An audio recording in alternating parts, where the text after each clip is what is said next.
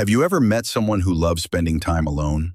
Maybe they don't join every party, or they prefer quiet nights at home instead of loud gatherings. Or maybe that person is you. If you've ever felt like you're different because you enjoy being alone, this episode is for you. Before we begin, I want to say this. There's nothing wrong with people who love being around others, and there's nothing wrong with people who love peace and quiet either. There's no right or wrong here, only different ways of living and feeling safe in this world. I'm not a psychologist or an expert. I'm just someone who's learned, read, and lived through things like this.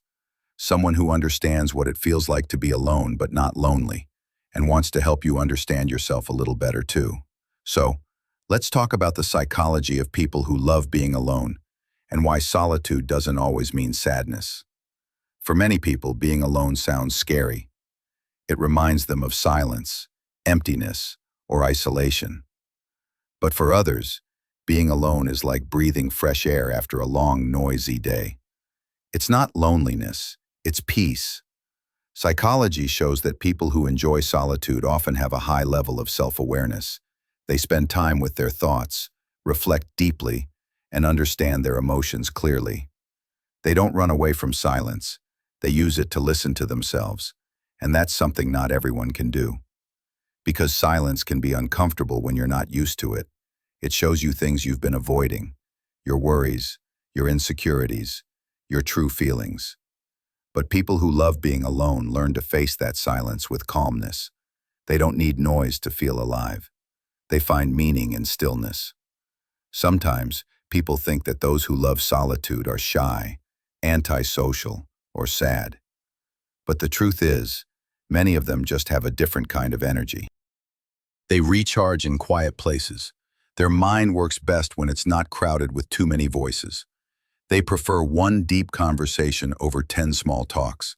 And they find happiness not in how many people are around, but in how real the connection feels.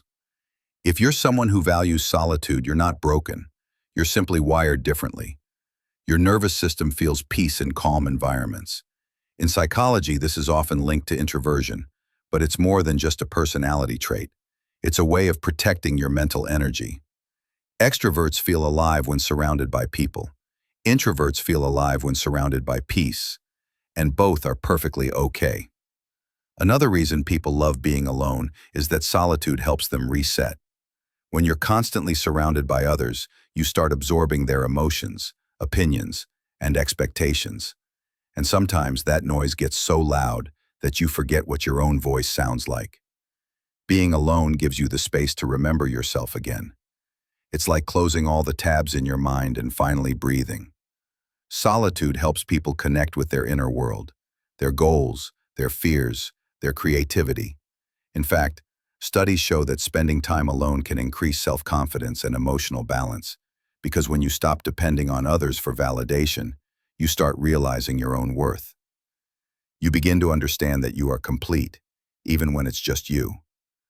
But let's be honest, some people love being alone because they've been hurt before.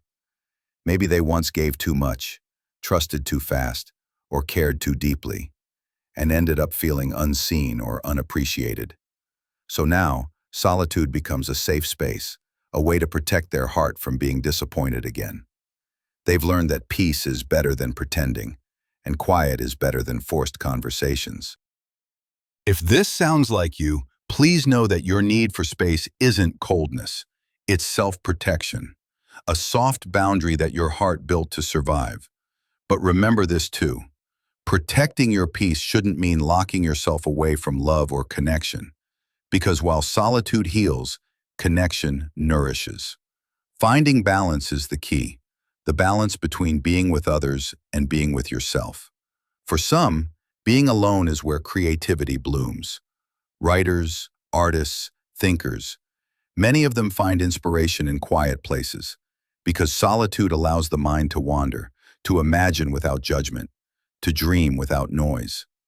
When you're alone, the world stops telling you what to do, and for a moment, you remember what you actually want. That's why solitude isn't emptiness. It's space. Space for ideas, healing, reflection, and growth. People who love being alone often have deep inner worlds. They may seem quiet on the outside, but their thoughts are rich and alive. They don't talk much, but when they do, every word comes from depth. However, there's a thin line between solitude and isolation. Healthy solitude is a choice. It feels peaceful and freeing. Isolation is a cage. It feels heavy and lonely. You'll know the difference by how it feels in your heart. If being alone makes you calm, you're in a healthy space. But if being alone starts to feel like hiding, maybe your heart is asking for connection again. And that's okay too, because being human means moving between both worlds, the world of togetherness and the world of solitude. We all need both to stay balanced.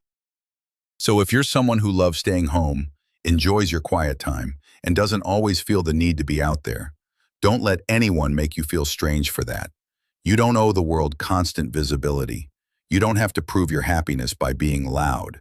Sometimes, the most peaceful souls are the ones who find joy in small, silent moments. A cup of coffee, a good book, a walk under the evening sky. You don't need a crowd to feel complete. You just need authenticity.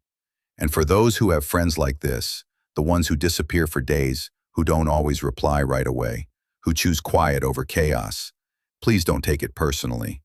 They're not rejecting you. They're just recharging. Sometimes they love you deeply. They just express it differently. Their silence doesn't mean absence. It means comfort. Because they trust you enough to not need to perform around you. That's the kind of connection that lasts. Quiet, real, and honest. So the next time you see someone who enjoys being alone, remember this. They're not lonely. They're simply living in a way that keeps them aligned with themselves. And if you're that person, if you're the one who feels peace in stillness, who finds beauty in quiet mornings, and who chooses quality over quantity, you are not strange. You are not broken. You are just in tune with yourself, your rhythm, and your peace. And before we end, I want to leave you with this. The world often celebrates the loud, the busy, the visible. But there's a special kind of power in people who move quietly. They teach us that peace doesn't have to shout to be heard, that love doesn't always need noise to be real, and that sometimes the most beautiful moments in life are the ones no one else sees. Thank you for listening until the end.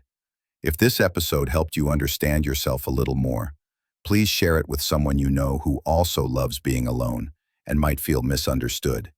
And don't forget to follow this podcast so we can keep growing together, in our own pace, in our own peace, and in our own quiet way.